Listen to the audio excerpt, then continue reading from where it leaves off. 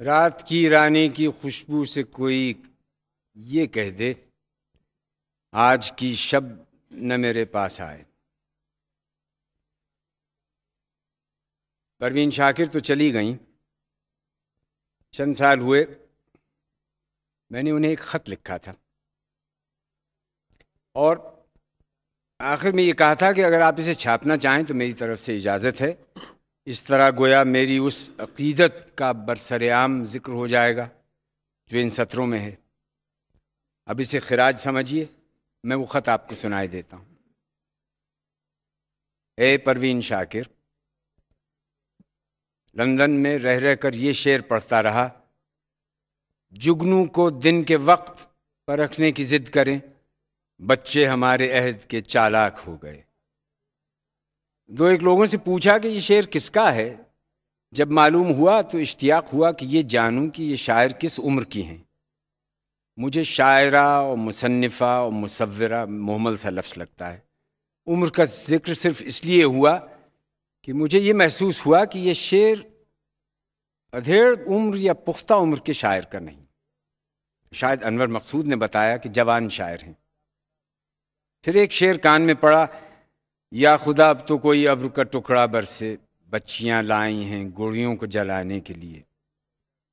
میں نے سوچا یہ شعر اور یہ لہجہ بھی پروین شاکر کا معلوم ہوتا ہے۔ میں ابھی یہ تصدیق نہیں کر پایا تھا کہ مجھے ٹیلی ویژن کے ایک ایسے کارکن نے جو تمام ہم عصر شاعروں کے اچھے کلام کو اس طرح سناتے تھے کہ ہر اچھا شعر صرف ان کے اپنے وجود کی وجہ سے عمل میں آیا، یہ شعر سنایا، میں سچ کہوں گی مگر پھر بھی ہار جاؤں گی، وہ جھوٹ بولے گا اور لاجواب کر دے گا۔ اب یہ واقعہ ہے کہ پہلی بار اس شعر کو سننے کے بعد اپنے ملک کے حساس، ایک دوسرے کے کام کی بے حد تعریف کرنے والے لوگ اپنے اوپر وجدان کی کیفیت اصل میں اس لیے طاری کر لیتے ہیں کہ انہیں اس شعر میں ایک مکمل نسوانیت سے بھرپور، مشرقیت سے سرشار لڑکی نظر آتی ہے۔ وہ عورت کیا ہوئی کہ ہر وقت جرا کرتی رہے، اور پھر اس شعر میں تو انہیں عورت نہیں ایک گداز سی لڑکی نظر آئی جس میں ابھی کوئی پکا پن نہیں آیا۔ ہمارے مردوں کی انا کی پرورش کے لیے اس سے بہتر اور شوخ شعر کہاں نصیب ہو سکتا ہے۔ پھر مجھے کچھ اور شعر سنائے گئے، شاید اس لیے کہ لوگوں کو ایک غلط قسم کا خیال ہے کہ میں بہت شعر فہم ہوں، حالانکہ بہت سوں کی نسبت کئی اشعار میری سمجھ میں بہت دیر میں آتے ہیں۔ کیسے کیسے شعر، کمال ضبط کو خود بھی تو آزماؤں گی، میں اپنے ہاتھوں سے اس کی دلہن سجاؤں گی۔ تو بدلتا ہے تو بے ساختہ میری آنکھیں اپنے ہاتھوں کی لکیروں سے الجھ جاتی ہیں۔ طوفان ہے تو کیا غم، مجھے آواز تو دیجئے، کیا بھول گئے آپ میرے کچے گھڑے وہ۔ ہمارے یہاں کے مردوں اور شاید عفت مآب لڑکیوں کے لیے بھی یہ تینوں شعر انا بخش اسناد ہیں۔ مردوں کو یہ کہنے کا موقع ملتا ہے، واہ واہ یہ دیکھیے ایک تنہا بھیگی بھیگی پلکوں سے پیراستہ، سکھیوں کی سکھی، لاج کی ونتی، مگر سورہ رحمان سے واقف، انگریزی ادب سے واقف، اور شکر ہے بغاوت پر آمادہ نہیں، تمام گھریلو اچھائیوں سے بھرپور، تمام مقامی طور طریقوں سے باخبر، تمام اچھی معاشرتی قدروں کی ہمدرد، واہ واہ۔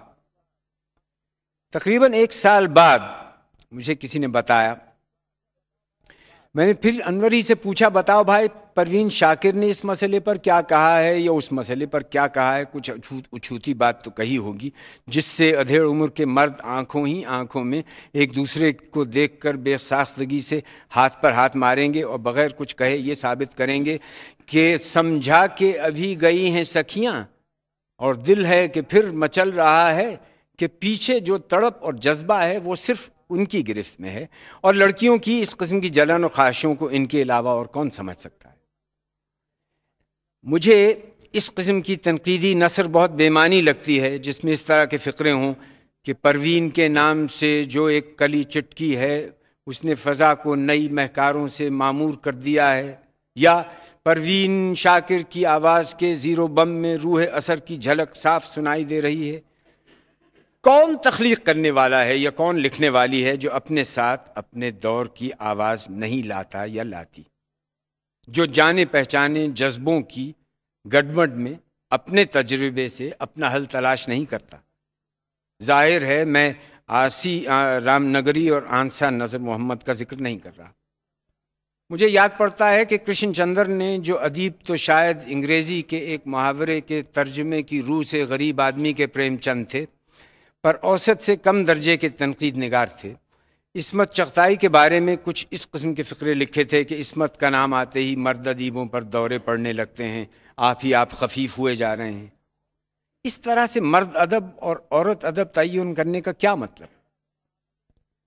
دیکھیے، اب میں آپ سے یہ ضرور کہنا چاہتا ہوں کہ اب تک میں نے جتنے شعروں کا حوالہ دیا ہے، اس سے ہمارے پڑھنے والے اگر وہ بزرگ نسل کے ہیں تو آپ کی نسوانی بصیرت کے، اور اگر وہ جوانوں میں ہیں تو آپ کے نسائی محسوسات کے قائل ہو کر آپ کو ایک ایسی موہنی لڑکی تصور کر لیں گے جو خوبصورت پھول چن رہی ہے اور انہیں مستقل گلدان میں سجائے جا رہی ہے۔ میں یہ کس طرح مانوں کہ ادب میں مرد صرف مردوں ہی کی عکاسی اور ترجمانی کر سکتا ہے، عورتوں کی اور بچوں کی نہیں، یا بچیوں کی نہیں؟ یا صرف عورت ہی ادب میں عورتوں کے اصلی خیالات اور جذبات کا اظہار کر سکتی ہے؟ ترگینیف کی عورتیں، ٹولسٹوئے کی اینا کرینینا، مسز گاسکل کے اسکول ماسٹر کو دیکھیے۔ چلیے، یہ کلاسیکی ادب ٹھہرا۔ میری مکارتھی، آئیوی کمپٹن برنیٹ، مارگریٹ ڈریبل، یہ سب ہم اثر لکھنے والیاں ہیں۔ چلی سے لے کر رومانیہ اور رومانیہ سے لے کر جاپان تک، مرد اور عورت دونوں ہر طرح سے ایک دوسرے کے احساسات کو کھولتے اور پرولتے ہیں۔ کیا ہم کسی عورت کے عورت پن کو اس لیے تسلیم نہیں کرتے کہ اسی کسی مرد نے یا مرد ناول نگار نے تخلیق کیا ہے، یا کسی مرد کی مردانگی سے اس لیے منکر ہوتے ہیں کہ وہ آئرس مرڈاک کا تخلیق کیا ہوا ہے؟ میں ذرا بکھر کر بات کر رہا ہوں، جان بوجھ کر، اس لیے کہ جب تک میں نے آپ کی کتاب کو پوری طرح نہ پڑھا تھا مجھے اس قسم کا موہوم سا خیال رہا کہ آپ نے اپنی حیثیت انہی گرد پوش پر لکھے الفاظ کی مناسبت سے تسلیم کر لی ہے، مگر یہ بہت سطحی خیال تھا۔ میں جب اس شعر تک پہنچا، میں تیرا نام لے کے تذبذب میں پڑ گئی، سب لوگ اپنے اپنے عزیزوں کو رو لیے۔ تو دو چیزیں میرے ذہن میں آئیں، ایک تو یہ کہ آپ کی نظر نہ صرف شعر بنانے پر ہے بلکہ اپنے ہاں کی ہر حرکت پر ہے، اور پھر آپ کا ایک شعر ہے، سوچوں تو وہ ساتھ چل رہا ہے، دیکھوں تو نظر بدل رہا ہے۔ گو ان دو شعروں کا بظاہر کوئی واسطہ نہیں، پر مجھے ان دونوں شعروں میں وہ گہرائی نظر آتی ہے جو اپنی ذات سے باہر نکل کر مشاہدہ کرنے سے ہی مل سکتی ہے۔ دیکھیے، جب میں یہ کہتا ہوں کہ مرد اور عورت کی ادبی تقسیم نہیں ہونی چاہیے تو اس کا مطلب یہ نہیں کہ مجھے یہ احساس نہیں کہ ہمارے ملک میں مرد اور عورت کی خاصی گہری علیحدگی ہے، اور لکھنے والے کو بعض محرکات صرف اپنے اپنے ڈبوں ہی سے مل سکتے ہیں، مرد کو مردانے ڈبے سے اور عورت کو زنانے ڈبے سے۔ نہ میرا مطلب یہ ہے کہ اس خلیج کو دیکھتے ہوئے اندرونی ہیجانات کو سامنے نہیں لانا چاہیے۔ جولیٹ کی عمر 14 سال ہے، لیکن 14 سال کی لڑکی جولیٹ کا کردار ادا نہیں کر پاتی۔ یہ بات کبھی فرصت ہوئی تو واضح کرنے کی کوشش کروں گا۔ جب میں اس شعر پر آیا، تجھے سناؤں کہ اپنی انا کی بات سنوں، الجھ رہا ہے میرے فیصلوں کا ریشم پھر، تو میں جھوم اٹھا۔ یہاں ایک ذاتی مشاہدہ ایک کائناتی چیز بن گیا۔ یہ ایک ایسا تجربہ ہے جس کے پیچھے نفیس اور تیز سوچ بھی ہے اور اپنی جنس سے باخبری بھی ہے۔ ایسا تجربہ اور جگہوں پر بھی نکھر کر آیا ہے۔ شبنم کے رخساروں پر سورج کے ہونٹ، ٹھہر گیا ہے وصل کا ایک روشن لمحہ، اور اسی کی شگفتہ اور طرار اور فیاضانہ قدر کا مظہر یہ شعر، وہ کہیں بھی گیا لوٹا تو میرے پاس آیا، بس یہی بات ہے اچھی میرے ہر جائی کی۔ غالب جیسے بڑے شاعر سے لے کر سیماب اکبر آبادی تک شاید ہی کوئی ہو جس نے محبوب کی بے وفائی کا دکھڑا نہ رویا ہو۔ اس شعر میں اساتذہ کا رنگ تو ہے ہی، پر ہرجائی کے لفظ سے پیار کی جو لپٹیں نکلتی ہیں، اس سے شعر کہیں کا کہیں پہنچ گیا۔ ڈرتا ہوں کہ فلموں والے یہ سوچ کر کہ آپ کی شاعری میں تو ہرجائی کا ذکر ہے، کہیں آپ کو فلموں کے لیے لکھنے پر مجبور نہ کریں۔ غزلوں کی نسبت مجھے آپ کی نظمیں کمزور لگیں، بیشتر نظمیں ایک طرح سے اکہری ہیں اور ان میں وہ خیال اور مقصد ویسے ہی نظر آتا ہے جو شاعر کے ذہن میں تو ظاہر ہوگا، لیکن جس کے اظہار میں اکہرا پن ہے۔ میں گہرائی اور گیرائی کی بات نہیں اس لیے نہیں کرتا کہ شاعری میں گہرائی اس طرح نہیں ڈالی جاتی جیسے چائے میں شکر۔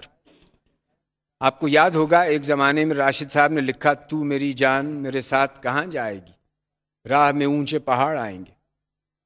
اور پھر اس کے بعد یہی راشد صاحب ہیں جو اس رومانوی نصیحت کے بعد یہ کہتے ہیں، منہ قلم ساز تھرکتے پاؤں، بات کرنے کے بہانے ہیں بہت، آدمی کس سے مگر بات کرے۔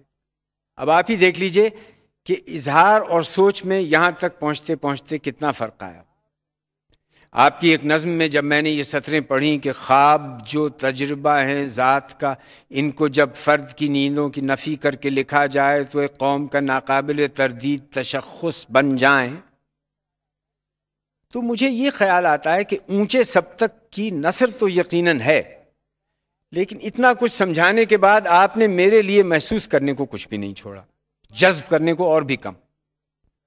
یا جب آپ کہتی ہیں، گئے موسم کی شناسا خوشبو یوں رگوں پہ میں اترتی ہے کہ جیسے کوئی چمکیلا روپہلا سیال جس میں ایسے سرایت کر جائے جیسے صحراؤں کی شریانوں میں پہلی بارش، تو مجھے اڑان کا احساس ضرور ہوتا ہے، پر لفظوں کی اڑان کا، اجلی مکلف نثر کی اڑان کا۔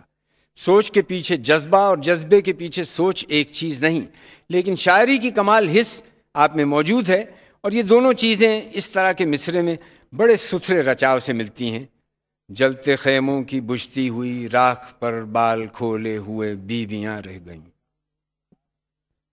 وہ لوگ جو آپ سے اونچا آدرش اور گنجلک فلسفہ پیش کرنے کی فرمائش کرتے ہیں، ان سے وہی سلوک ٹھیک ہے جو آپ نے بھول پن کا خول پہن کر اپنی نظم میں کیا ہے۔